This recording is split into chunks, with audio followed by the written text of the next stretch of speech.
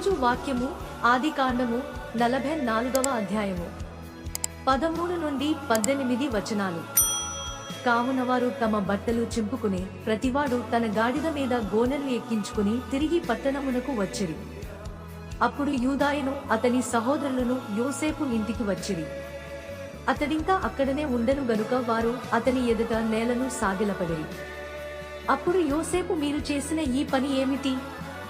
నా వంటి మనుష్యుడు శకునము చూచి తెలుసుకొనునని మీకు తెలియదా అని వారితో అనగా, యూదా ఇట్లనను ఏలిన వారితో ఏమి చెప్పగలము? ఏమందుము? మేము నిర్దోషులమని ఎట్లు కనుపరచగలము? దేవుడే నీ దాసుల నేరము కనుగొనెను. ఇదిగో మేమును ఎవని యొద్ద ఆ గిన్నె దొరికెనో వాడును ఏలిన వారికి దాసుల మగుదుమనెను. అందుకతడు, అట్లు చేయుట నాకు దూరమవునుగాక. ఎవని చేతిలో ఆ గిన్నె దొరికెనో వాడే నాకు దాసుడుగా నుండును. మీరు మీ తండ్రి యొద్దకు సమాధానముగా వెళ్ళుడని చెప్పగా, యూదా అతని సమీపించి, ఏలినవాడా, ఒక మనవి, ఒక మాట ఏలిన వారితో తమ దాసుని చెప్పుకొననిమ్ము. తమ కోపము తమ దాసుని మీద రగులుకొననీయకుము. తమరు ఫరో అంత వారుగదా. దేవుడు ఈ చిన్ని లేఖన భాగాన్ని దీవించి ఆశీర్వదించునుగాక. ఆమెన్.